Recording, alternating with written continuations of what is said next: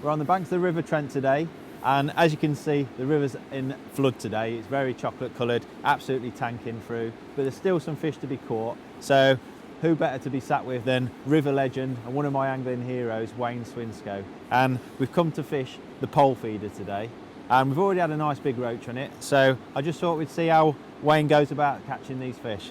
So how are you getting on, Wayne? Well, it's not too bad really. I mean, it's the river's quite high and it's been high for a while, and it's probably the coldest spell we've had for a few weeks now, and it has quietened everything down, but we are getting the odd bite, odd indication. I would say we've had a nice roach. So why would you fish a pole feeder and not a normal feeder or a float?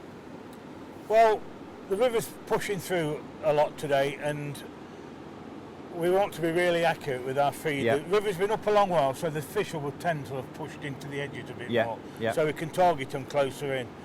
And it's just a very accurate way of fishing. Yeah, because you've got a nice little steady area there. You're using a margin pole today as well, aren't you? So and you are fishing, what, that's 9.5 metres? 9.5 metres out into the river. It's about probably getting on for 8 foot deep. It's a nice flat bottom.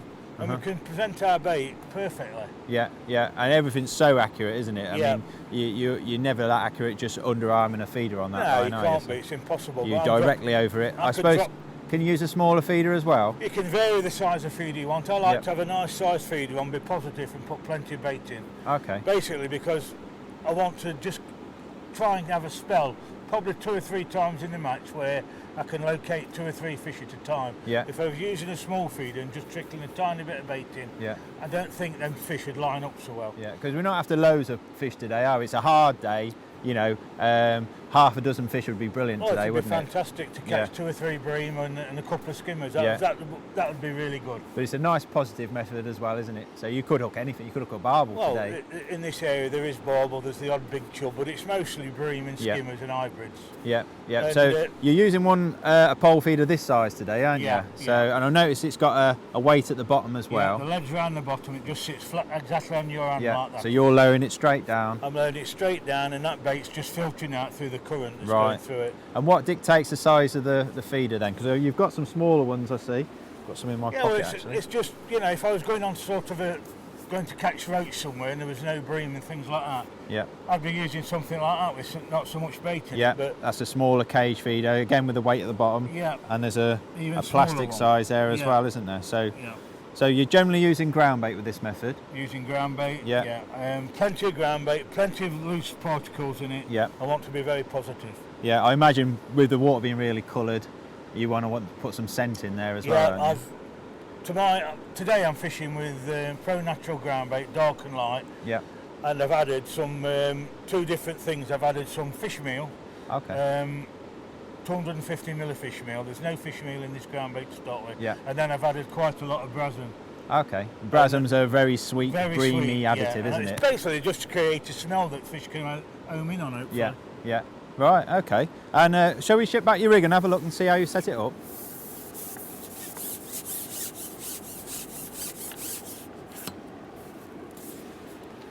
Right, so you've just got it on like a fixed paternoster there? Basically, I've just got it on a fixed paternoster, and something like 2.5 foot hook length. And I've just got, basically my rig line is 022 main line. Nice and strong. Nice and strong. I don't want to have any disasters with it. If it gets stuck on the bottom, then you do get a disaster. But then I've gone down to an 018 hook length, just loop to loop, dead simple. And I've got a number 8 shot there. And what's that shot doing there? Basically, it's just holding it, just stopping it from floating about when the boils come. And sometimes when there's a lot of debris in the river, like grass and leaves that's been thrown up, sometimes you can actually, by having that shot on and moving it closer to the hook, it'll stop a lot of this. So it keeps your hook bait. You can keep the hook bait that much cleaner. Gotcha. You know, it might only be 30 seconds or a minute, but it does give you that more chance of getting a bite. And I see you've got a nice big hook bait on there, bit of worm, and is that a castor or a maggot? No, that's just a castor and a maggot on there. You know, like a third of a lobworm, which is probably the best bait on Trent in winter. It has been for a long while. And I'm just putting castors, dead maggots, and a few bits of lobworm and dendrobenas through the feeder all the time. Right, we'll bait it up. Let's see you ship it out and lower it in.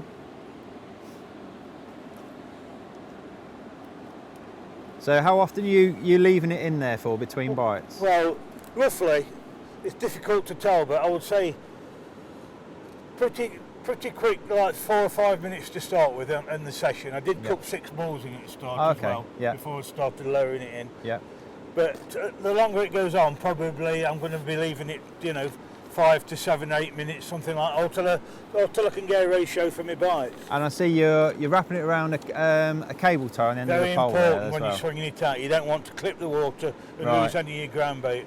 But there's another thing, when you do put these tie wraps on, whenever you put your cable tie on, try to get it on your joint where it's strong. Right. Because you can actually tighten them up and crack your pole if you're not careful. Yeah. Right, let's ship out and see how you're lowering it in. Yeah, so that keeps everything away from your keep net, above the water. So you're not. So just shipping out like that, straight out. And when you get to the area you're going to fish, you just twist it around like that and it release the off. feeder. Just put your pole in between your legs, exactly where you're going to do it every time. So I suppose you line it up with a far bank marker? I'm just into that shadow of that tree there. Yeah. And just lower it in like that and just keep everything tight. And you can feel it dunk when it's at the bottom and that's it. Yeah. Okay, so there's no quiver tip and there's no float involved in this, but you've got a bit of elastic hanging from the end of the pole, haven't you? So that's obviously your bite indicator today. Can you explain that a little bit more? Yeah, it's a length of elastic. You can make them up to what you want. Mine's probably about 10 inches long. Yeah. And that is fixed onto your main line, and there's a loop on each end, one on your main line, one on the elastic, which goes onto your connector. Right. And in between, where it's fixed on, you can draw a loop of line out. So the elastic's shorter than the loop? So the elastic's short. So all the time when that elastic's tensioned and I've got a loop of line to the end of my pole, and when that allows that, when the bite comes, that allows that indicator to be pulled underwater. Okay. Without tightening that loop up too much. So it's basically free. It's not a free running, but it looks like it's free running. And so it's so delicate. Yeah. So you're not actually fishing. The elastic's not actually playing the fish, is it? No. It's purely biting. The line's still taking the strain, isn't it? When you pick the pole up, the loop in the rig tightens up, and then you're playing your fish on your main pole elastic. I mean, it sounds quite complicated, but actually in practice it works quite well, doesn't it? I mean, I saw that roach you had earlier, and you could proper see those little jags, and you knew exactly when to strike, just like watching a quiver tip or watching a pole float. It's actually super. It's actually dead easy to do it. And dead easy to. Okay. Once you've done it a couple of times, you're away. It's just basically the thing that you need to get right. You need to have your pole straight down, 90 degrees to you really, and straight off the end of it, and it's just setting the depth up right. Yeah. So that when your feeder hits the bottom, that just takes up the tension like that. Yeah. That's fixed to the end of your pole, and that's your indicator there. Yeah.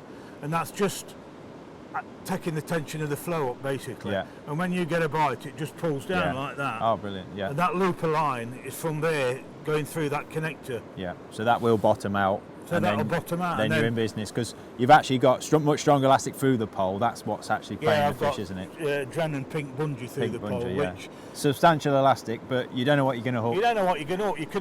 You could have a roach 6 or 8 ounce, or you could have a 10-pound barbel on there. And obviously you've got a big feeder as well, so it's all, and a big hook, so it's all balanced, isn't it? Yeah, it is.